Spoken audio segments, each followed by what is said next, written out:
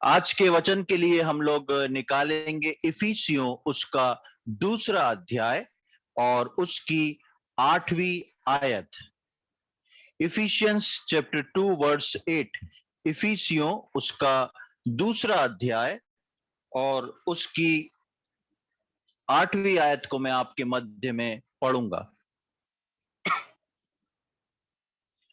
क्योंकि विश्वास के द्वारा अनुग्रह ही से तुम्हारा उद्धार हुआ है, और ये तुम्हारी ओर से नहीं वरन परमेश्वर का दान है। इफिसियों की पत्री में प्रेरित पौलुस की ये शब्द, ये लाइनें जो हैं बहुत ही सुपरिचित हैं। अनुग्रह ही से तुम्हारा उद्धार हुआ है। अक्सर जब हम आराधना करते हैं, सुसमाचार सुनाते हैं, तो इस बात को सामने रखते हैं, इस वर्ष को, इस आयत को जरूर पढ़ते हैं कि अनुग्रह ही से तुम्हारा उद्धार हुआ है, और ये तुम्हारी ओर से नहीं वरन परमेश्वर का दान है। हम सब जानते हैं जीवन के किसी ना किसी मोड़ पे कहीं ना कहीं हम लोग जो हैं, सुसमाचार से हमारा इनकाउंटर हुआ, उससे बातचीत हुई, कहीं ना कहीं से किसी ना किसी रीति से हमारे को सुसमाचार हमारे जीवन में पहुंचाया गया और हमने प्रभु को जाना, प्रभु के पवित्र आत्मा ने हमारे जीवनों में काम किया और हमने उसको उद्धारकर्ता के रूप में ग्रहण किया। आज जिन बातों को हम सीखने जा रहे हैं वो है उद्धार के बाद हमारी पहचान और हमारे कर्तव्य। उद्धार के बाद हमारी पहचान और हमारे कर्तव्य, और साथ ही साथ परमेश्वर के द्वारा विश्वासियों के लिए ठहराया हुआ स्थान। उद्धार के बाद हमारी पहचान और कर्तव्य और परमेश्वर के द्वारा ठहराया हुआ हमारा स्थान हर विश्वासी के लिए। जब हम उद्धार पाके प्रभु में आते हैं तो कई चीजों में हमारा ध्यान केंद्रित होता है। हम चाहते हैं हम वचन को सीखें, हम चाहते हैं हम प्रार्थना करें, प्रभु में अपने जीवन को मजबूत करें, बहुत सारी किताबें पढ़ें आत्मिक, ताकि हमारा आत्मिक मार्गदर्शन हो, हम आगे बढ़ें। लेकिन परमेश्वर का वचन जो एक विश्वासी नया विश्वास में आता है, और या वो पुराना विश्वासी हो, जब वो विश्वास में है तो परमेश्वर की का वचन जो है वो उस विश्वासी के लिए कई चीजों का निर्देश देता है, कई चीजों के बारे में बताता है कि वो विश्वासी को एक उसका परिचय कराता है कि वो कौन है, उसके कर्तव्य बताता है, और परमेश्वर का वचन ही है जो उसको उसके ठहराए हुए स्थान पर लेके जाता है। तो सबसे पहले मैंने आपको जो इफिसियों 2:8 पढ़ाया कि अनुग्रह ही से तुम्हारा उद्धार हुआ है, और ये तुम्हारी ओर से नहीं वरन परमेश्वर का दान है। परमेश्वर का दान जो है वो मेरे और आपके लिए बहुत ही कीमती है, और इस दान को इस दान को सही रीति से समझ के इस्तेमाल हम करेंगे तो हम उन ऊंचाइयों पे पहुंचेंगे और उस मुकुट को, उस क्राउन को हासिल करेंगे जो परमेश्वर ने मेरे और आपके लिए स्वर्ग में रखा हुआ है। अब सबसे पहली बात, उद्धार पाने के बाद एक विश्वासी जो है क्या बन जाता है।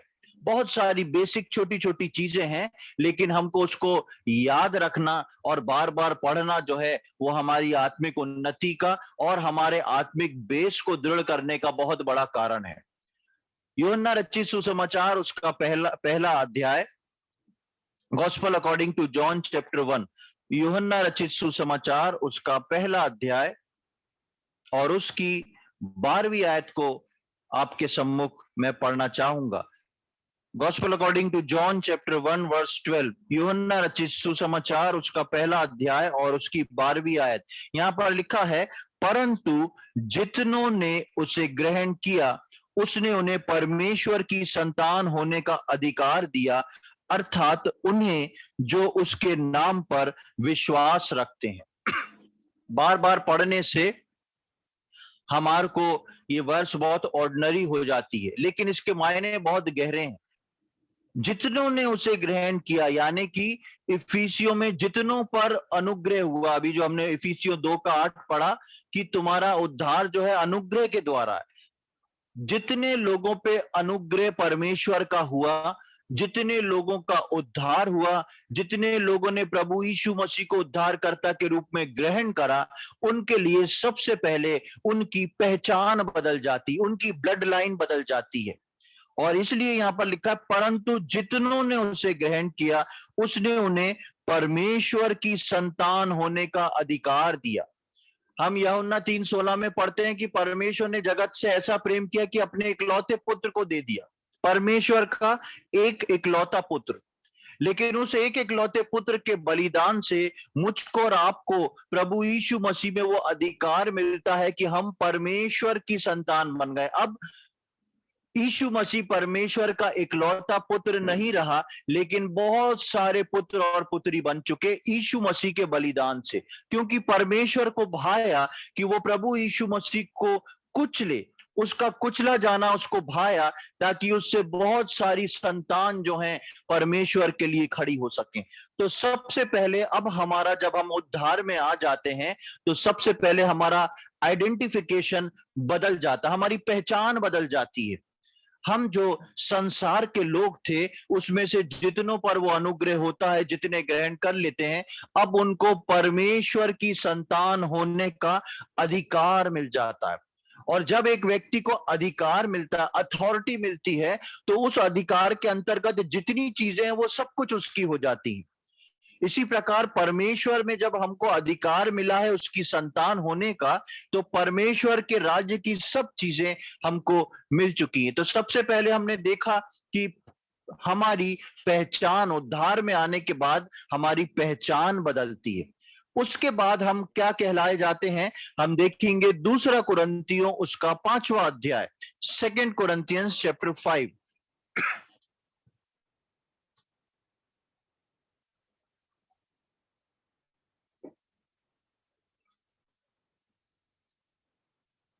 दूसरा कुरिन्थियों उसका 5वां अध्याय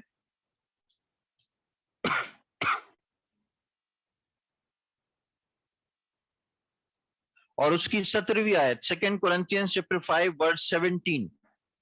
दूसरा कुरिन्थियों 5 उसका 17, यहां पर इस प्रकार लिखा है, इसलिए यदि कोई मसीह में है तो वो नई सृष्टि है, पुरानी बातें बीत गई, पुरानी बातें बीत गई हैं, देखो सब बातें नई हो गई हैं। दूसरी बात हम यहां पर देखते हैं कि पहचान के बाद हम जो है नई सृष्टि बनाए गए हैं। नई सृष्टि कैसे बनाए गए हैं? सर्वप्रथम परमेश्वर ने आदम और हव्वा को बनाने से पहले इस सृष्टि की रचना करी। हम उत्पत्ति 1 में पढ़ते हैं कि आदि में परमेश्वर था। उसके बाद हम जैसे जैसे पहले अध्याय को पढ़ते हैं, हम देखते हैं परमेश्वर ने सूरज, चांद, तारे, पेड़ पौधे, पशु पक्षी सबको बनाया और फिर आदम को बनाया। वो परमेश्वर ने पहली सृष्टि करी थी। लेकिन अब जब प्रभु यीशु मसीह आया और उसने जो अपने बलिदान को दिया है, प्रभु यीशु मसीह के बलिदान के द्वारा, उस अनुग्रह ही से जिससे हमारा उद्धार हुआ है, उस अनुग्रह से जिसके द्वारा हमारी पहचान बदल गई है, अब उस अनुग्रह से हम जो है नई सृष्टि बन गए। पहली सृष्टि आदम वाली, आदम से पहले जो परमेश्वर ने सृष्टि की रचना करी, अब हम जो हैं नई सृष्टि बन गए। इसलिए लिखा है, इसलिए यदि कोई मसीह में है, यीशु मसीह में है, नई सृष्टि होना, यानी कि यदि वो यीशु मसीह में है, तो यदि हम प्रभु यीशु मसीह को अपना उद्धारकर्ता के रूप में ग्रहण करे हैं, तो हम जो है नई सृष्टि बन चुके हैं। और उस नई सृष्टि के लिए लिखा है, इसलिए पुरानी बातें बीत गई, देखो सब बातें नई हो गई।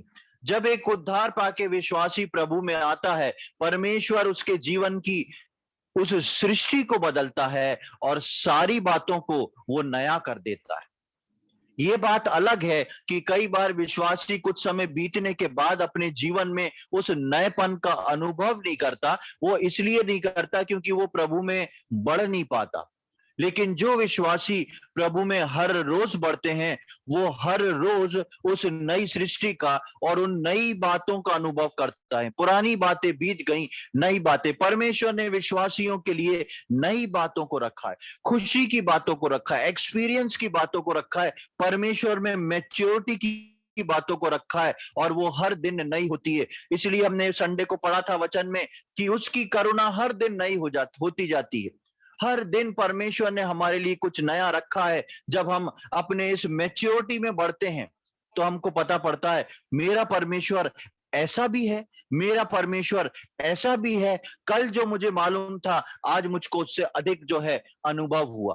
तो दूसरी बात हम यहां देखते हैं कि हम यीशु मसीह में उद्धार पाए हुए विश्वासी नई सृष्टि में बदल जाते हैं। एक और बात को मैं आपके सम्मुख रखूंगा।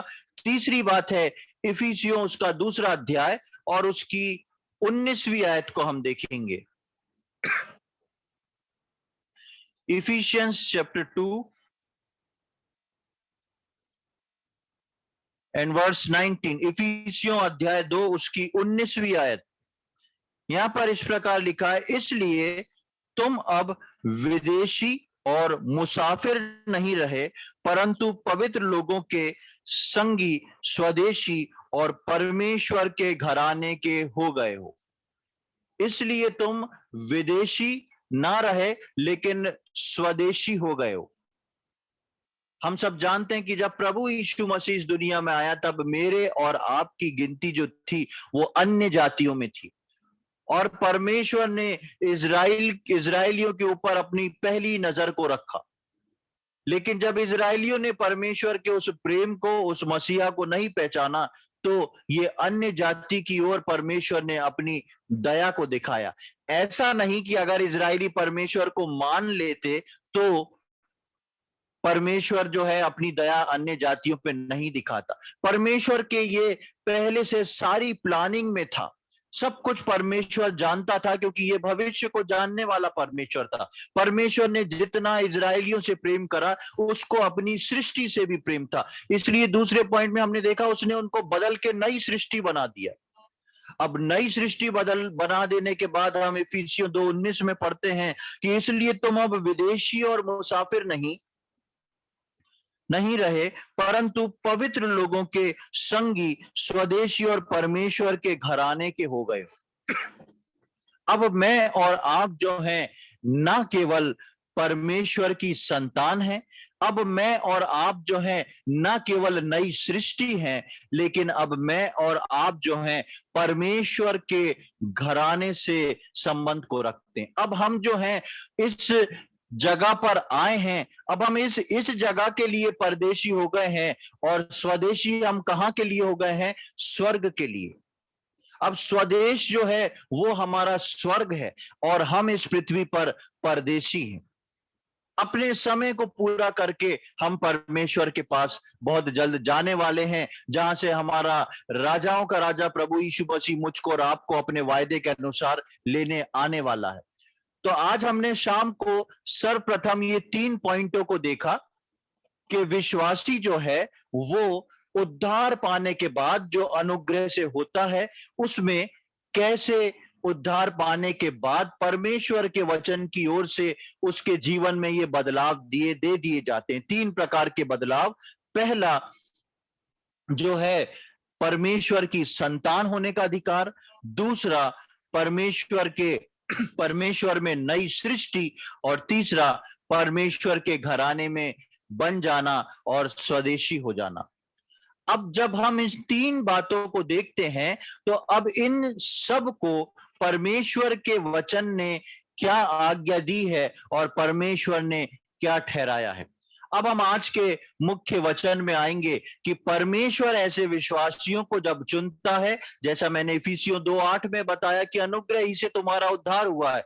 हर किसी के जीवन में कभी ना कभी जो है वो अनुग्रह हुआ है और उस अनुग्रह के द्वारा हम विश्वास में आ गए और इस अनुग्रह के द्वारा जिसमें हम विश्वास में आ गए हमारा उद्धार हो गया।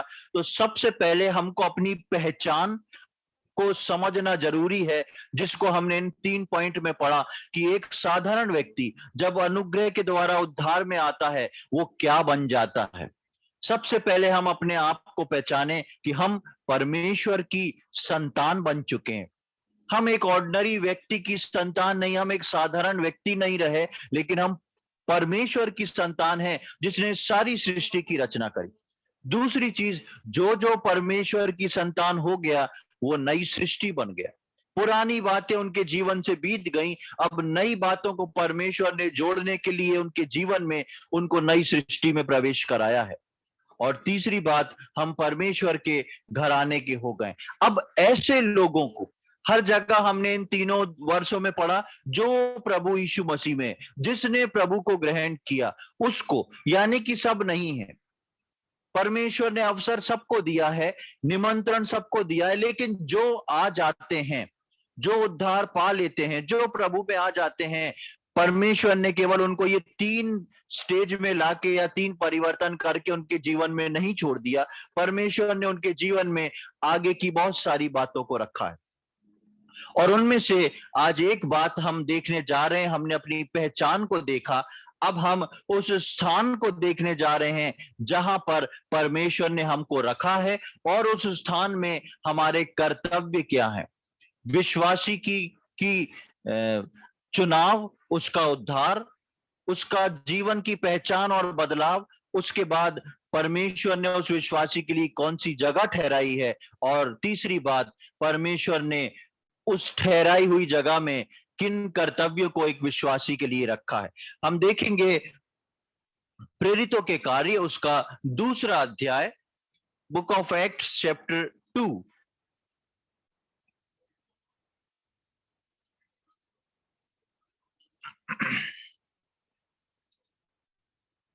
प्रेरितों के कार्य, उसका 2 अध्याय और उसका 41 और 42वीं आयत को हम पढ़ेंगे। Book of Acts chapter 2 verse 41 and 42। यहां पर इस प्रकार लिखा हुआ है, अथा जिन्होंने उसका वचन ग्रहण किया उन्होंने बपतिस्मा लिया, और उसी दिन 3000 मनुष्य के लगभग उसमें मिल गए, और वे प्रेरितों से शिक्षा पाने, संगति रखने और रोटी तोड़ने और प्रार्थना करने में लवलीन रहे। नए नियम में जब हम आते हैं प्रेरितों के कार्य में, पहला कलीसिया का, चर्च का कॉन्सेप्ट हमको यहां पर मिलता है कि किस प्रकार नए नियम की कलीसिया का गठन हुआ, किस प्रकार जिन्होंने प्रभु यीशु मसीह को अपना उद्धारकर्ता के रूप में ग्रहण किया, उनको परमेश्वर कैसे आश्चर्यजनक तरीके से एक गठन करके एक स्थान पर ले आया, और वो स्थान जो है वो कलीसिया ठहराई गई। जहां पर उनको पहुंचाने का स्थान लिखा है, लेकिन डायरेक्ट यहाँ पे चर्च या कलीसिया नहीं लिखा है। नए नियम में जब पतरस ने प्रभु यीशु मसीह का वो सुसमाचार सुनाया, तो बहुत सारे लोगों के हृदय छिदे, और वो पहला ऐसा एनकाउंटर था जहां पर 3000 लोग एक बार में सुसमाचार सुन के यीशु मसीह को अपना उद्धारकर्ता के रूप में ग्रहण करते हैं, और उनका एक एक गठन होता है, एक जगह पर नियुक्त हो जाते हैं वो लोग। और यहाँ पर स्टार्टिंग आप 41वीं आयत की देखेंगे तो यहाँ पर भी लिखा है, अतः जिन्होंने, ये जिन्होंने जो है वही है जो हमने शुरू के पॉइंटों में जो जो करके पढ़ा था, जो प्रभु यीशु मसीह में हैं, ये जिन और जिन्होंने, परमेश्वर ने जिन लोगों को चुन के अलग किया है उनको एक जगह पर पहुंचाया है, और वो जगह जो है वो है कलीसिया। सर्वप्रथम परमेश्वर उद्धार देने के बाद जो है, नया जीवन देने के बाद जो है, एक विश्वासी की पहचान को बदलने के बाद जो है, उसको इस पृथ्वी पे एक खास स्थान पर पहुंचाता है। और आपको ये बात जान के आश्चर्य होगा कि पृथ्वी पे विश्वासियों के लिए केवल एक ही स्थान ठहराया गया है, वो है कलीसिया। पृथ्वी पे विश्वासियों के लिए केवल एक ही स्थान ठहराया गया है, वो है कलीसिया, जहां पर परमेश्वर उनसे मुलाकात कर सकता है, जहां पर परमेश्वर उनसे बात करता है, जहां पर परमेश्वर प्रभु यीशु मसीह के और पवित्र आत्मा के द्वारा उनके जीवन को परिवर्तित करता है, सिद्धता की ओर बढ़ाता है। जब हम इसकी 42वीं आयत में आते हैं तो यहाँ पर कुछ खास बातों को, विशेषकर 4 बातों को बताया गया है। और वे कौन लोग? जिन्होंने प्रभु को अपना उद्धारकर्ता के रूप में ग्रहण कर लिया। और वे प्रेरितों से शिक्षा पाने, और संगति रखने और रोटी तोड़ने और प्रार्थना करने में लवलीन रहे। जैसा मैंने शुरू में बताया कि उद्धार पाने के बाद परमेश्वर हमारे पहचान को बदलता है, उसके बाद परमेश्वर हमारे स्थान को बदलता है, हमारे को एक स्थान पर ले जाके पहुंचाता है और उस स्थान की कुछ नियम हैं जो कि परमेश्वर के वचन के अनुसार हैं, और ये नियम जो है किसी मनुष्य के बनाए हुए नहीं है। पवित्र आत्मा ने जब पहली कलीसिया बनी उसमें इन नियमों को रखा गया, और ये नियम हर विश्वासी के लिए जब तक प्रभु यीशु मसीह नहीं आ जाए वो निर्धारित किया गया है कलीसिया में। पहले पहचान को बदला, फिर उसने हमारे स्थान को बदला, और इस पृथ्वी पे उसने विश्वासियों को एक ही स्थान दिया, वो है कलीसिया। और उसके बाद परमेश्वर का वचन बताता है हमारे कर्तव्य कलीसिया में, या कलीसिया में किस प्रकार से मुझको और आपको रहना है। हमने यहाँ पर 4 बातों को देखा। पहला बाइबल स्टडी, दूसरा फेलोशिप, तीसरा breaking of bread with worship, और चौथा प्रेयर। जिस प्रकार हमने 42वीं आयत में पढ़ा, प्रेरितों से शिक्षा पाना, संगति रखना, रोटी तोड़ना और प्रार्थना में लवलीन रहना। ये 4 नियम जो हैं वो कलीसिया के हैं, और हर कलीसिया जो है इन 4 नियम पर आधारित है। और ये 4 नियम जो हैं हर विश्वासी के जीवन में व्यक्तिगत तौर से और कलीसियाई तौर से इसमें बने रहना विश्वासी के लिए बहुत जरूरी है, क्योंकि जब वो बना रहेगा इसमें, तभी वो उस नई सृष्टि के नएपन को अपने जीवन में महसूस करने पाएगा। तभी वो अपने जीवन में हर रोज परमेश्वर की उस नई करुणा को अपने जीवन में वो महसूस कर पाएगा। इन 4 नियम, ये 4 बातें जो प्रेरितों के कार्य में इस दूसरे अध्याय में कलीसिया के लगाव में समझाया गया है, इन चारों बातों को हम ध्यान से देखेंगे। सबसे पहले हम देखेंगे बाइबल स्टडी, जो यहां पर लिखा है प्रेरितों से शिक्षा पाना। जब प्रेरित लोग जो थे, प्रभु यीशु मसीह के चेले, जब कलीसिया का गठन हुआ और ये लोग जब प्रेरितों के पास आके संगति करने लगे, उस समय परमेश्वर का वचन बाइबल नहीं था। मूसा की 5 किताबें थी और कुछ चुनिंदा किताबें जैसे यशाया, यिर्मयाह, कुछ ऐसी चुनिंदा किताबें अलग अलग रीति से रखी हुई थी यहूदियों के पास। तो बाइबल स्टडी कराना उस वक्त संभव नहीं था।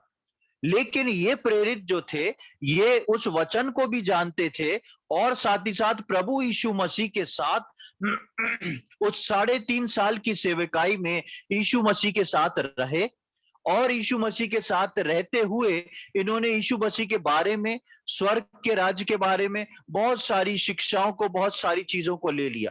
अब ये जो कलीसिया के लोग हैं, इनको यदि यीशु मसीह की शिक्षा को ग्रहण करना है, परमेश्वर की बातों को ग्रहण करना है, तो इनको प्रेरितों के पास आके सीखना है। और आज उस समय पर इस प्रकार से शुरू हुआ, और इस समय में कलीसिया में जो है वो परमेश्वर का वचन और बाइबल स्टडी है। इसलिए कलीसिया में जो है परमेश्वर के वचन को बार बार रखा जाता है, और परमेश्वर के वचन को अहमियत दी जाती है। चाहे वो कोई मीटिंग हो, उसमें एक छोटे से छोटा वचन जरूर रखा जाता है, क्योंकि जब जब लोग मिलते हैं, जब जब विश्वासी मिलते हैं, कलीसिया की जो सभा होती है वो बगैर परमेश्वर के वचन के नहीं हो सकती। तो सर्वप्रथम जो बात आती है वो है परमेश्वर का वचन सीखना, व्यक्तिगत तौर से भी रोज पढ़ के, और कलीसिया में आके आज के समय में प्रभु के सेवकों और प्रभु के प्राचीनों से उन वचनों को सीखना कलीसिया में बहुत आवश्यक है। और ये वचन एक ऐसी चीज है जो कि हमको अपने मरते दम तक सीखना है, क्योंकि हर बार ये वचन जो है नया हो जाता है। हर बार जो है मुझको और आपको नई ताजगी के से भरने वाली तासीर जो है वो इस वचन की है। हम सबसे पहले देखेंगे यहोशू की किताब, उसका पहला अध्याय। वहां पर परमेश्वर के वचन के बारे में एक बहुत सुंदर बात को लिखा गया है। पुराने नियम में हम आएंगे, यहोशू की किताब, उसका पहला अध्याय, पेज नंबर 262, पुराने नियम में 262 पुरानी हिंदी बाइबल में आपको मिल जाएगा। यहोशू की किताब, उसका पहला अध्याय और उसकी 7वीं 8वीं आयत को मैं आपके मध्य में पढ़ूंगा। इतना हो कि तू हियाव बांधकर और बहुत दृढ़ होकर जो व्यवस्था मेरे दास मूसा ने तुझे दी है उन सब के अनुसार करने में चौकसी करना, और उससे ना तो दाहिने मुड़ना और ना बाएं, तब जहां जहां तू जाएगा वहां वहां तेरा काम सफल होगा। व्यवस्था की ये पुस्तक तेरे चित्त से कभी ना उतरने पाए, इसी में दिन रात ध्यान दिए रहना, इसलिए कि जो कुछ उसमें लिखा है उसके अनुसार करने की तू चौकसी करे, क्योंकि ऐसा ही करने से तेरे सब काम सफल होंगे और तू प्रभावशाली होएगा। परमेश्वर मूसा के बाद यहोशू से बात करता है, और यहोशू के हाथ में जो है शुरू की 5 किताबें मूसा के द्वारा लिखी हुई उसके पास मौजूद हैं।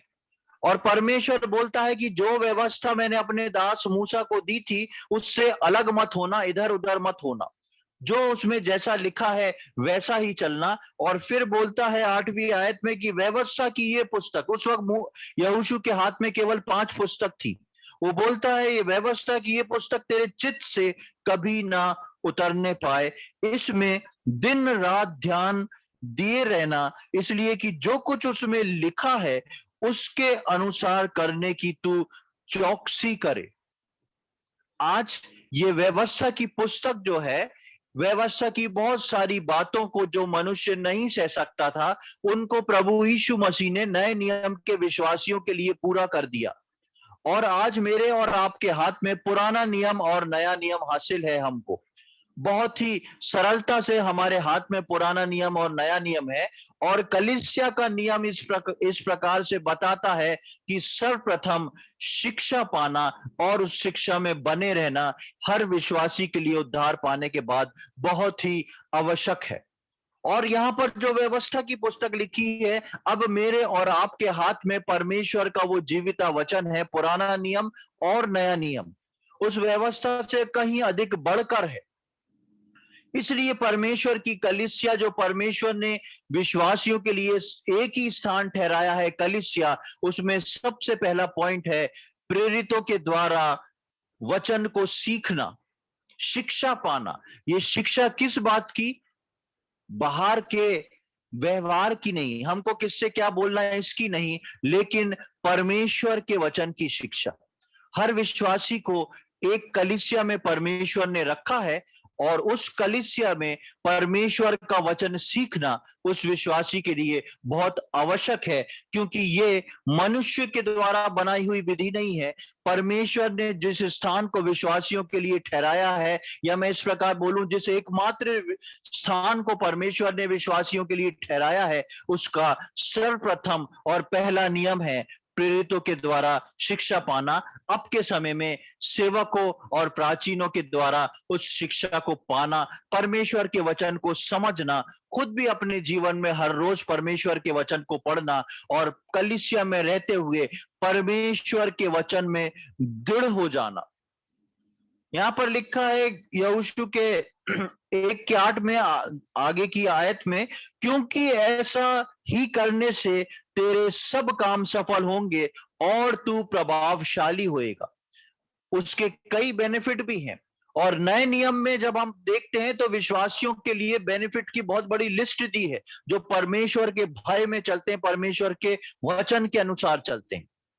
तो सर्वप्रथम जो है परमेश्वर ने मुझको और आपको कलीसिया में ठहराया है, और उसमें कलीसिया का पहला नियम है बाइबल स्टडी, प्रेरितों से शिक्षा पाना। दूसरी बात पर हम आते हैं, दूसरा पॉइंट है फेलोशिप, संगति रखना।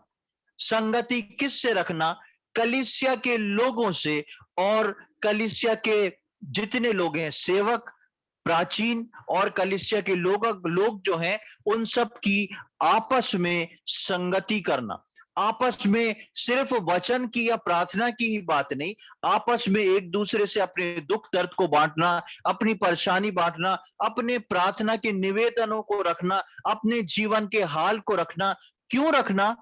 ये मनुष्य का बनाया हुआ नई नियम नहीं है, ये कलीसिया में परमेश्वर ने एक नियम को बनाया है, क्योंकि हम एक दूसरे का सहारा बनते हैं, हम एक दूसरे को प्रार्थना में उठाए रखते हैं, हम एक दूसरे को वचन बता के चिता के सरगर्म करते हैं, और उसके साथ ही साथ हम एक दूसरे को शैतान की युक्तियों से भी बचाते हैं। कोई भाई या बहन भटकता है, शैतान पर ध्यान देता है या उसके जाल में फंसता है, क्योंकि शैतान उसको उसके तरीके से फंसाता है, दूसरे विश्वासी को दूसरे तरीके से फंसाता है।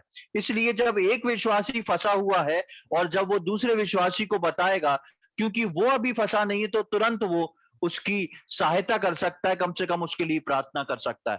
तो आपस में परमेश्वर के लोगों का एक दूसरे से मिलना, संगति करना, अपने प्रार्थना निवेदन बताना बहुत जरूरी है। हम एक आयत को देख लें, इब्रानियों की किताब उसका 6वां अध्याय, बुक ऑफ हिब्रूज चैप्टर इब्रानियों उसका 10वां अध्याय, बुक ऑफ हिब्रूज चैप्टर 10।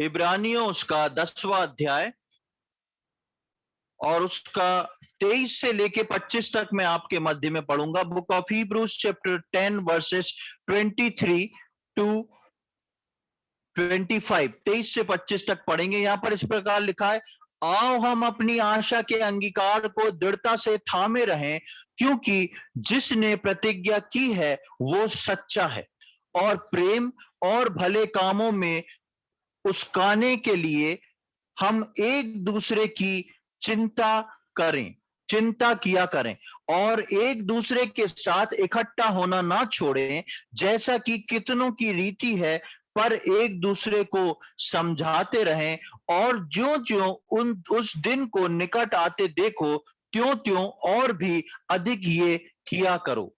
सर्वप्रथम यहां पर बताया गया, आओ हम अपनी आशा के अंगीकार को दृढ़ता से थामे रहें। कौन सा आशा का अंगीकार? हमारा प्रभु यीशु मसीह, क्योंकि वही हमको उद्धार दिया है, और वही मुझको और आपको जो है बादलों पर लेने बहुत जल्द आने वाला है। उस अंगीकार को दृढ़ करने के लिए कलीसिया में संगति होना बहुत आवश्यक है। इसलिए यहां पर लिखा है, आओ हम अपनी आशा के अंगीकार को दृढ़ता से थामे रहें, क्योंकि जिसने प्रतिज्ञा की है वो सच्चा है। मुझसे और आपसे परमेश्वर की प्रतिज्ञा के अनुसार प्रभु यीशु मसीह मेरे और आपके जीवन में भेजा गया, और अब प्रभु यीशु मसीह की प्रतिज्ञा के अनुसार वो मुझको और आपको, अपनी कलीसिया, अपनी दुल्हन को बादलों पे लेने आने वाला है। सबसे पहले हम यहां देखते हैं कि जिसने वो प्रतिज्ञा की है वो सच्चा है। उसके बाद हम देखते हैं और 24वीं आयत में, और प्रेम और भले कामों में उस्काने के लिए हम एक दूसरे की चिंता किया करें। प्रेम और भले काम में हम एक दूसरे को इनकरेज करें। इनकरेज तभी कर पाएंगे जब हम एक दूसरे से संगति करेंगे, एक दूसरे से मिलेंगे, हम एक दूसरे के घर जाएंगे, मुलाकात करेंगे, फोन से बात करेंगे, अपनी चिंता परेशानियों को व्यक्त करेंगे, ऐसे रहेंगे। क्यों? क्योंकि मैं और आप एक घराने में हैं, एक पिता की संतान बन चुके हैं। कैसा होता है हम जानते हैं, अक्सर अगर एक परिवार में 2-3 भाई बहन हैं, और भाई बहनों में अगर आपस में मनमुटाव हो जाए और एक दूसरे से बात नहीं हो रही, वो इससे बात नहीं कर रहा, वो उससे बात नहीं कर रहा, और कुछ जरूरी बात हो भी गई तो ठीक है, हाँ, ओके, बस काम की बात, हाँ या ना।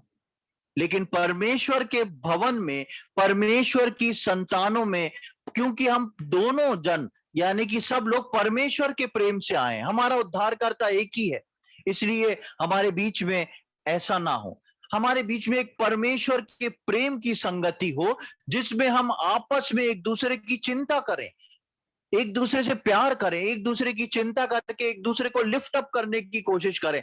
जब एक व्यक्ति बताएगा ही नहीं मैं किस परेशानी में हूं, तब तक दूसरा विश्वासी उसको लिफ्ट अप नहीं कर सकता। इसलिए हमारी संगति करना, और 25वीं आयत में देखते हैं कि और एक दूसरे के साथ इकट्ठा होना ना छोड़ो। फेलोशिप, संगति, एक दूसरे के साथ इकट्ठा होना ना छोड़ो। भले ही हमारा मन मिले या ना मिले, हम ज्यादा बात करें कम बात करें, पर हम एक दूसरे से मिले, एक दूसरे से मुलाकात करें। परमेश्वर चाहता है कि उसकी संतान जिस स्थान पर परमेश्वर ने उनको ठहराया है वो मिले, एक दूसरे से मुलाकात करें। और मुलाकात करने के साथ साथ आगे लिखा है, और ज्यों ज्यों तुम उस दिन को निकट आते देखो, त्यों त्यों और भी अधिक ये किया करो। प्रभु यीशु मसीह के आगमन बहुत निकट है। आए दिन हम इस बात को सुन रहे हैं। त्यों त्यों इस फेलोशिप को हमको क्या करना है? और बढ़ाते जाना है। जितना हो सके एक दूसरे से और बातचीत और बढ़ाना है, ताकि हम एक दूसरे को ऊपर उठा सकें। तीसरे पॉइंट पर हम आते हैं, breaking of bread with worship. रोटी तोड़ना उसकी आराधना करते हुए। इन दिनों में ये सब बंद है, लेकिन फिर भी हम जूम के माध्यम से उसकी आराधना तो कर सकते हैं। भले ही हमारे बीच में अभी वो रोटी और दाखरस नहीं है। इसके लिए मैं एक आयत को आपके सम्मुख जल्दी से रखूंगा। यूहन्ना रचित सुसमाचार उसका 6वां अध्याय, gospel according to John chapter 6। यूहन्ना रचित सुसमाचार उसका 6वां अध्याय और उसका 53 से 58वीं आयत तक मैं पढ़ूंगा। Gospel according to John chapter 6 verses 53 to 58। यूहन्ना रचित सुसमाचार उसका 6वां अध्याय और 53 से 58 तक। यहाँ पर इस प्रकार लिखा है, यीशु ने उनसे कहा, मैं तुमसे सच सच कहता हूं कि जब तक तुम मनुष्य के पुत्र का मांस ना खाओ और उसका लहू ना पियो, तुम में जीवन नहीं। जो मेरे मांस खाता और मेरा लहू पीता है, अनंत जीवन उसी का है, और मैं उसे अंतिम दिन फिर जिला उठाऊंगा। क्योंकि मेरा मांस वास्तव में खाने की वस्तु है और मेरा लहू वास्तव में पीने की वस्तु है। जो मेरा मांस खाता और मेरे लहू पीता है, वो मुझ में स्थिर बना रहता है और मैं उसमें। जैसा जीवित पिता ने मुझे भेजा है, मैं पिता के कारण जीवित हूं, वैसे ही वो भी जो मुझे खाएगा मेरे कारण जीवित रहेगा। जो रोटी स्वर्ग से उतरी यही है, उस रोटी के समान नहीं जिसे बाप दादाओं ने खाया और मर गए। जो जो कोई ये रोटी खाएगा वो सर्वदा जीवित रहेगा। प्रभु यीशु मसीह अपने उस मांस और लहू के बारे में बात कर रहे हैं, जिसको जब उनने बोला तो उस वक्त वहां के यहूदी और जो फरीसी लोग थे, सदूकी लोग थे, वो एकदम चौंक गए। वो बोलते हैं, ये मनुष्य कैसे हमको अपना मांस खाने और अपना लहू पीने की बात करता है। लेकिन प्रभु यीशु मसीह वास्तव में उस बात को बता रहे थे कि किस प्रकार प्रभु यीशु मसीह की कुर्बानी मनुष्य जाति के लिए होगी। वो सबके पापों को अपने ऊपर उठा लेगा और उसके बाद ठहराई हुई कलीसिया में, जब तक प्रेरितों के कार्य हमने पढ़ा, जब तक प्रेरितों के कार्य में ये पहली कलीसिया स्थापित नहीं हुई, उससे पहले यहूदियों के मंदिर में कभी भी प्रभु भोज नहीं बांटा गया। लेकिन नए नियम की कलीसिया में इस प्रभु भोज को रखा, जिससे जब हम उस रोटी में से भाग लें तो हमको पता पड़े कि जिस प्रकार ये रोटी तोड़ के, जब सेवक रोटी को तोड़ के देता है, तो हमको समझ में आया कि एक शरीर मेरे और आपके लिए तोड़ा गया। और उस दाखरस को लेते हैं तो मेरे और आपके लिए प्रभु यीशु मसीह ने लहू बहा के मुझको और आपको नई वाचा में बांध लिया। इसलिए यीशु मसीह बोलता है कि इसको लेना बहुत आवश्यक है। और खास बात इसमें हम देखते हैं 54वीं आयत में, 54 में, जो मेरा मांस खाता और मेरे लहू में से पीता है, अनंत जीवन उसी का है और मैं उसे अंतिम दिन जिला उठाऊंगा। जो मेरा मांस खाता और पीता, मतलब जो प्रभु भोज में से भाग लेता है, अनंत अन, अन, अन, जो मेरा मांस खाता और मेरा लहू पीता है, अनंत जीवन उसी का है और मैं उसे अंतिम दिन फिर जिला उठाऊंगा। अंतिम दिन हमारा जिलाया उठाना जो है, वो पूरे समय संगति करते हुए कलीसिया में प्रभु भोज से भाग लेना बहुत आवश्यक है। अभी हम प्रभु भोज से भाग नहीं ले पा रहे हैं, लेकिन इसका ब्लेम हमारे ऊपर नहीं है, क्योंकि यहां पर रोक लगी है। लेकिन जब कभी कलीसिया खुलती है, एक विश्वासी के लिए ये नियम ठहराया गया है, तीसरा नियम परमेश्वर ने, कि हम प्रभु भोज में से भाग लें। हम अपने आप को तैयार करें, कोई गलती करिए तो उसको क्षमा मांगे, क्योंकि ये लेना जो है हमारे अनंत काल के जीवन को घोषित करता है। और साथ ही साथ प्रभु इसके द्वारा मुझको और आपको अंतिम समय में उठाने वाला है। और इसके साथ साथ 55वीं आयत में लिखा है, सॉरी 56 में, जो मेरा मांस खाता और मेरे लहू पीता है वो मुझ में स्थिर बना रहता है और मैं उसमें। इस प्रभु भोज का दूसरा कारण ये है कि जो इसमें से लेता है वो उसको प्रभु अपने में स्थिर बना के रखता है। वो प्रभु में स्थिर होता है और प्रभु उसके अंदर स्थिर होता है।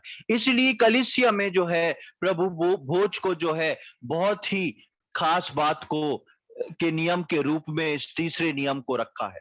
चौथे नियम पर हम आते हैं, वो है प्रार्थना। हम देखेंगे लूका रचित सुसमाचार उसका 22वां अध्याय और 40वीं आयत। Gospel according to Luke chapter 12 और चैप्टर 22।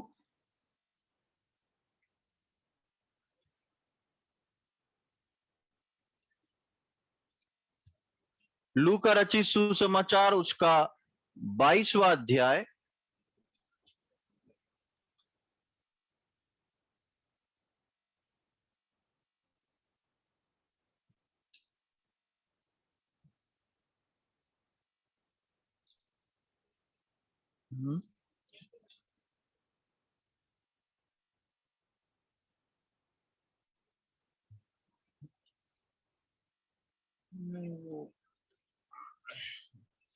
एक मिनट, रेफरेंस थोड़ा सा गलत है, मैं आपको बता रहा हूं।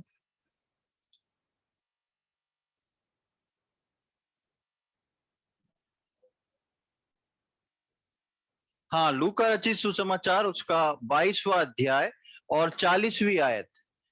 Gospel according to Luke chapter 22 verse 40।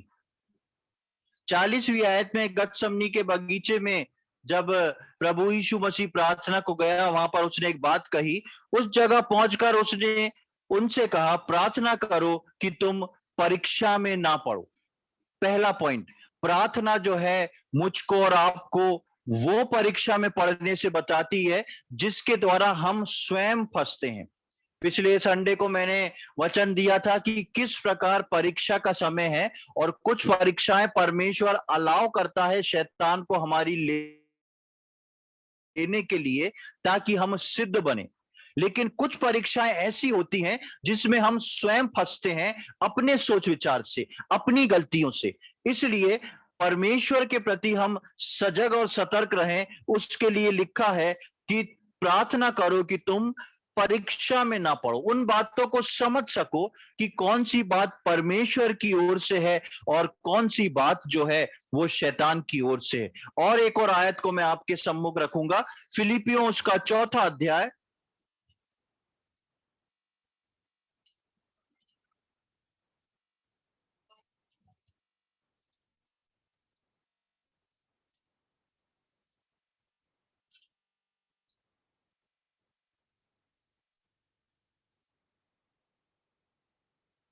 और उसका 6 और 7। Philippians chapter 4 verse 6 and 7। यहां पर इस प्रकार लिखा है, किसी भी बात की चिंता मत करो, परंतु हर एक बात में तुम्हारे निवेदन, प्रार्थना और विनती के द्वारा धन्यवाद के साथ परमेश्वर के सम्मुख उपस्थित किए जाएं। तब परमेश्वर की शांति जो सारी समझ से परे है तुम्हारे हृदय और तुम्हारे विचारों को मसीह यीशु में सुरक्षित रखेगी। प्रार्थना जो है मुझको और आपको बचाती है परीक्षा से। प्रार्थना जो है वो मुझको और आपको परमेश्वर की शांति से भरती है। प्रार्थना जो है वो हमारे हृदय और हमारे विचारों में मसीह यीशु को सुरक्षित रखती है, मुझको और आपको मसीह यीशु में सुरक्षित रखती है।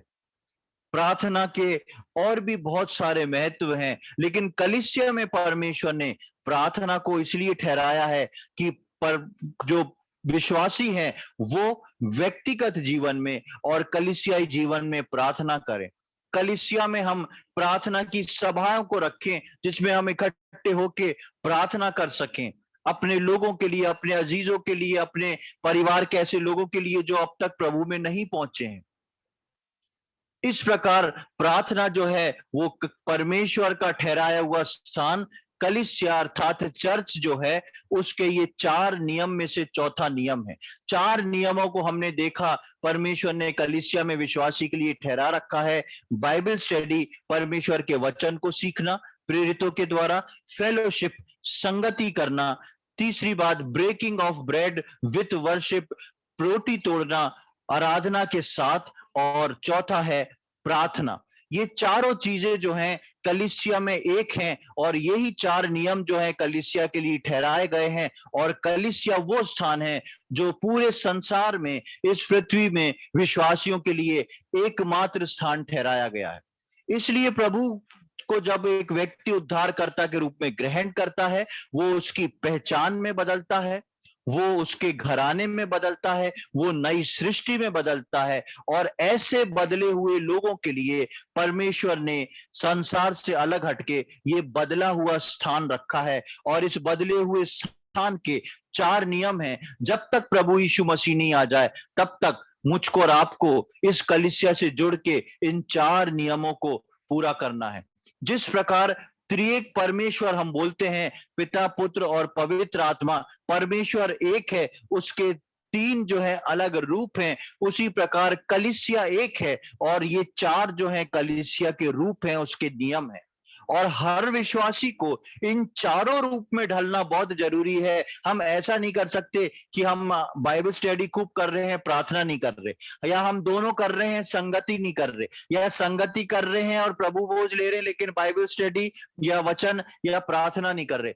कलीसिया एक है और इस एक कलीसिया में यदि एक विश्वासी आया है तो उसको इन चारों को अपने जीवन में पूरा करना है। एक आयत को मैं पढ़ के समाप्त करूंगा। पहला तिमोथी उसका 3रा अध्याय, 1 तिमोथी चैप्टर 3, पहला तिमोथी उसका 3रा अध्याय